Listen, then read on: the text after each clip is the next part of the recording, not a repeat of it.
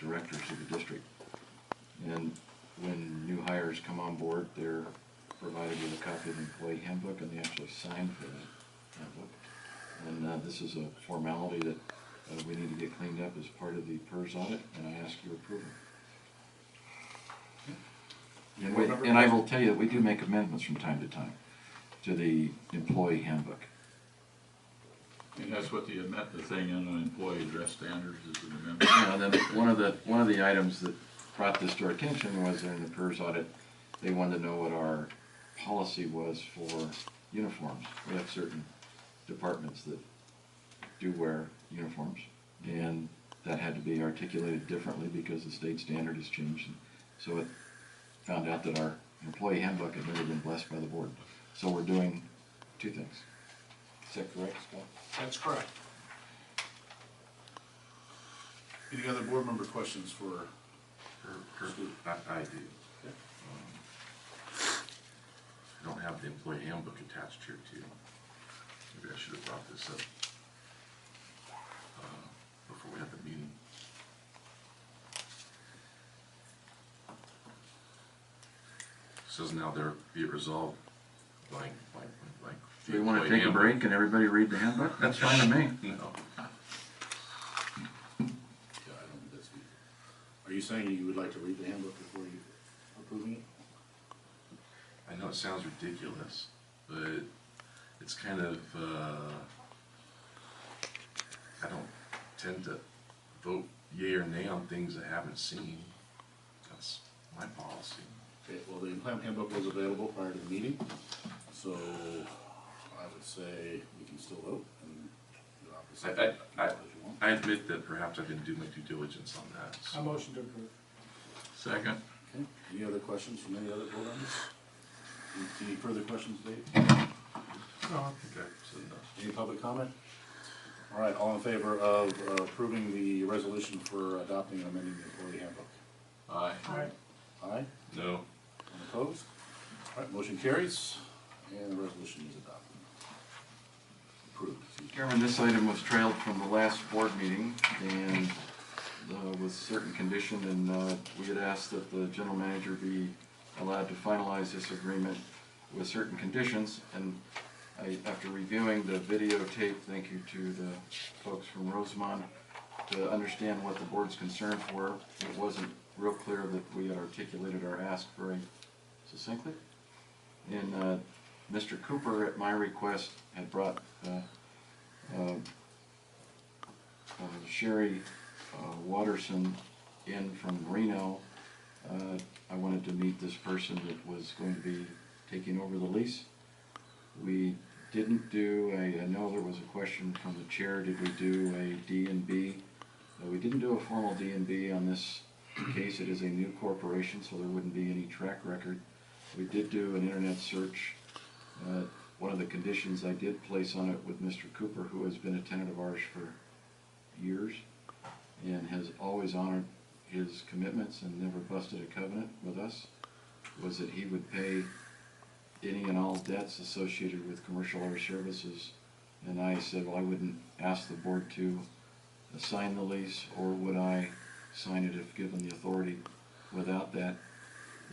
He said he would make the payment on one portion of his contract prior to the last board meeting, which he did, and we received the balance on one of his training exercises last Thursday or Friday. Yeah. And the debt is completely clean. There is no debt, and I ask your approval. Both parties on their side have signed the assignment. Okay. Motion to approve. Second. All right, questions from the board? We have a motion and a second. Questions from the board for Stu? Do we have a policy regarding doing a financial on a tenant signing a lease, or? If we have a brand new entity coming to the district and fills out a credit application, we do a bit of a background, in fact, in some cases a significant background. I do, I've been in business for 40 years. I do give certain leeway to companies, persons, or individuals that have been doing business with us for a long period of time without any incident. And that is the case with Cooper. I mean, he's been a great business partner at the airport. Like a lot of companies, small businesses that are growing, they get behind, and he's always told us when he would pay. I don't think he's ever violated a date that he set. And but yes, the short answer is we do credit checks on people. That's basically what we did on this case. I wasn't concerned about this lease for Mr. Cooper, I was just in general, I know in the past, I can think of one incident where I believe we did do and avoided a huge problem. Yeah, we have actually brought recommendations to the board in the past not to approve leases with people. In this particular case, this company has millions of dollars of assets parked on Taxiway Foxtrot and in the Boneyard that aren't leaving. CAS does, not PAX. That's correct. It's assignment of a basic lease. So if you want some secured assets, there's a pile of them here. Any other questions from the board? Dave? Good? No. Good. Any public comment? No, in that case, all in favor of the consent to assign the lease from Commercial Aircraft Services to Paxton Incorporated? Aye. Aye. Aye. Unanimous? That consent is approved. Yeah, Mr. Chairman, I know you drive in on Belshaw, you may see the softball field that's owned by the district and used by the community and the high school under Title IX for the high school girls softball team. The high school maintains the field, pays for the water, and they just purchased and installed a new crushed brick infield ready for the first game, which was last night. And when we put the money into that, and not only did the district invest in the softball field, but some of us personally invested, and some of us even gave time painting the fence and others on weekends. Our goal was to someday have not just us maintain this field for somebody else. And even though it's taken a while, I'm really proud of the school district that they ordered the dirt, they installed the dirt, they put their work party on it. Our maintenance team maintains the painting of the dugouts and the signage and et cetera, and they had just completed prior to the season through Harold the painting of the dugouts and the backstop, et cetera. High school came in and did the dirt work. I'm looking at you, Mel. That is correct, right? I actually watched them and went down and checked on it, because one of the goals we put on that, if we were going to provide something that would be of community benefit that the high school couldn't afford at one time, we wanted it to be the nicest softball field in their district. That was my only standard I wanted to put on it. I think we've met not only our obligation, but we met our goal, where we put it in, others are maintaining it, and they're keeping it at a standard that at least I appreciate. And so I wanted to make that statement publicly. Drive by, see a softball game. The kids in this district deserve a grass field. I'm really pleased with that. And I think they're playing right. I saw some kids going over there when I came up. We had a game last night in practice, but I'm really pleased with that. That's a success story. I thought the field looked great. The grass is a little brown. Is that just because it's that time of year, or is it low on water? You know, no, there's no shortage of water, but there's two types of grass out there, and some of it's dormant and it's coming out. And in about another 30 days, it'll all be really nice and green. But it's very easy to see where the two types of grass. And I think I'm the one who paid for the grass on the additional grass, so it's my fault. But anyway, I just want to make that statement. Oh, it looked good last night, and there was a big crowd last night. You know what? Those are fun games to attend. You know, I used to stop. I have a tough time driving past a baseball game. I just get a kick out of it. The test road. You heard me say a few weeks back that we were rolling the dice on a test road. We're that one all the way out to that bend up there. And it's been beat up, trash, dirt. We spend a lot of money putting water down and blading it, and we've tried a couple of products short of paving, and we came across a product from a vendor, and it's known as rhino snot. And so we spent a little time and effort understanding the process for putting this down, and we worked with the vendor, and we obtained a bunch of this stuff that for a price of nominally $14,000, and I reported on that. And we're spending an inordinate amount of money blading and watering every week, blading and watering to keep dust down and dust control. We put grindings on this road. So we wanted to try something different, knowing full well that not everything we try works. And I took Chairman out there and showed him, was that the day after or the day of we were putting it down? I can't remember. Last day of it. But then it takes about 72 hours to cure. You put a couple final coats on it, 72 hours. And I noticed today, Mel, it was like trying to poke my knife into this plexiglass. I couldn't. And you see, each day it hardens up a little bit more, but it's now reached its cure rate.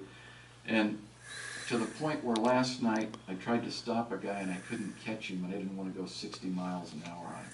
So now we have reached the point of unintended consequences where we've got this really nice road, and now people drive like they shouldn't on it. So now we're going to put the sign up and say, please respect our new road for your convenience. And anyway, I'm trying to make the access down and the maintenance, the daily maintenance to maintain those roads out to the rocket test sites and the boneyard, where they're hauling all the scrap metal out.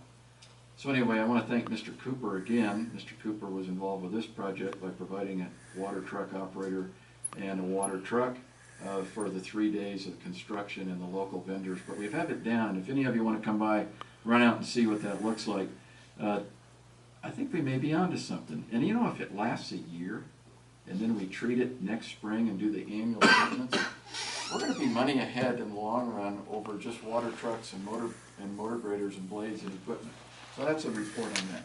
I'm really pleased with the outcome so far. What kind of material is it? I equate it to something like a Gorilla Glue. It's a substance that you mix with water. You roll it in. You try to lay it down, then we roll it, compact it, and you get a base coat. And then you let that sit for 24, 48 hours, and then you treat the surface twice more, roll that. You got to do this in the right sequence, because we found you put a roller on it too quickly while it's binding, and now it binds up the roller, and you've got the roller literally completely bound up. It won't move. And so the timing and that's why we were experimenting with the whole crew. What type of surface is this put on, or grindings, or? You just can on the put dirt? this on recovered cement like we have in the event parking lot.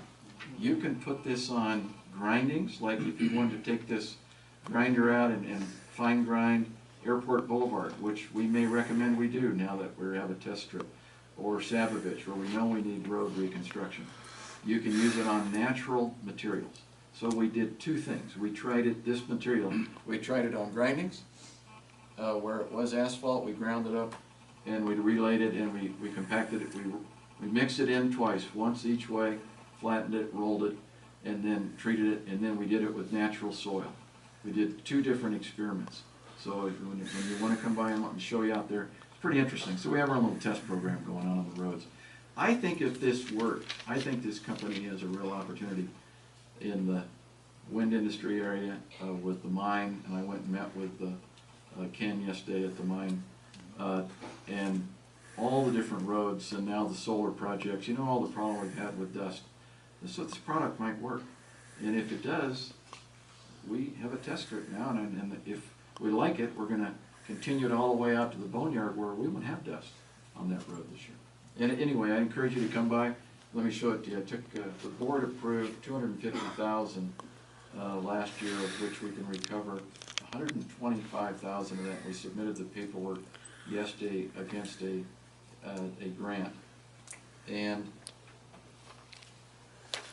I also know that I believe I just signed the last $1,500 on that. So for this year expenditure, you're approved at $250,000. I believe we're going to come in nominally at $230,000. below budget. And so that's another good news story, but that project is nearing completion. I also received a GAO audit team assigned by Congress, the House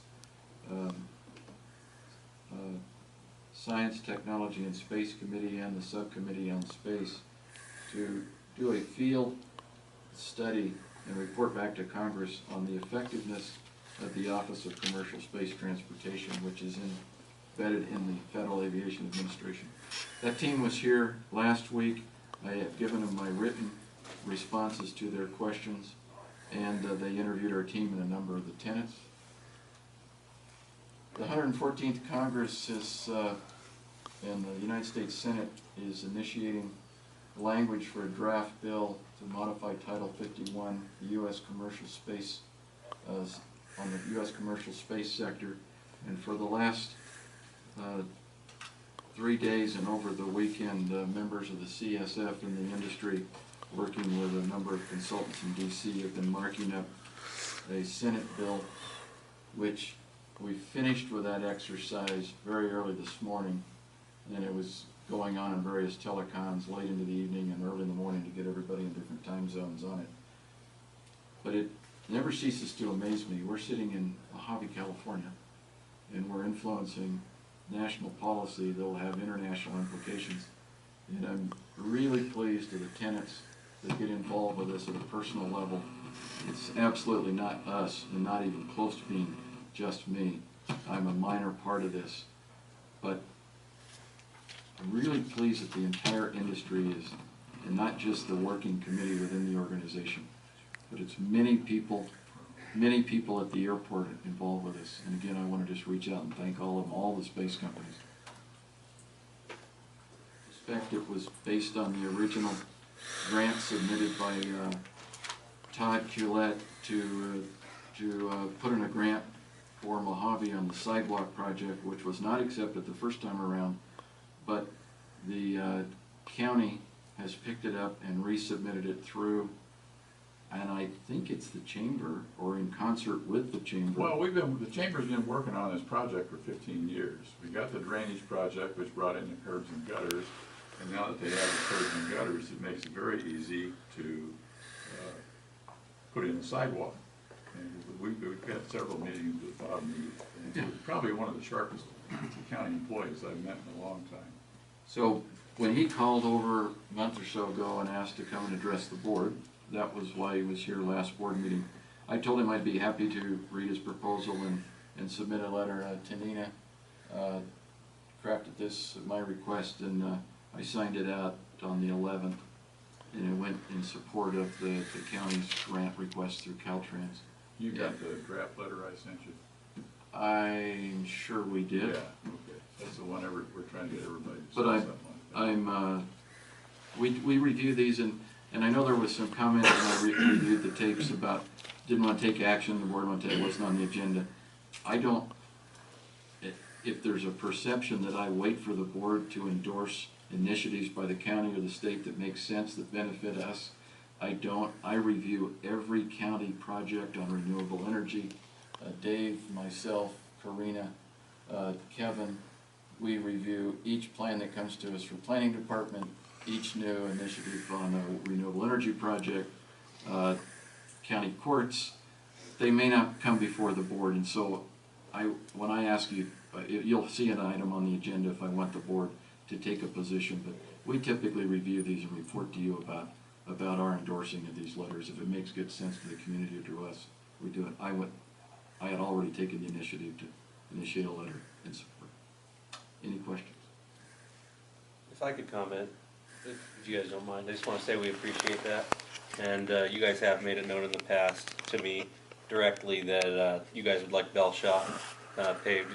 I think you even commented it looks like an unmade bed, if I remember correctly. So Well, it looks like Belgian block. But Zach made it clear to the roads department that it will be included in the application. So that should we receive that grant. I hope that includes the little dip that becomes obvious when it rains right close to the gate. There's a dip and it only shows up when it rains, and it's like a little pool where everybody has to drive through it.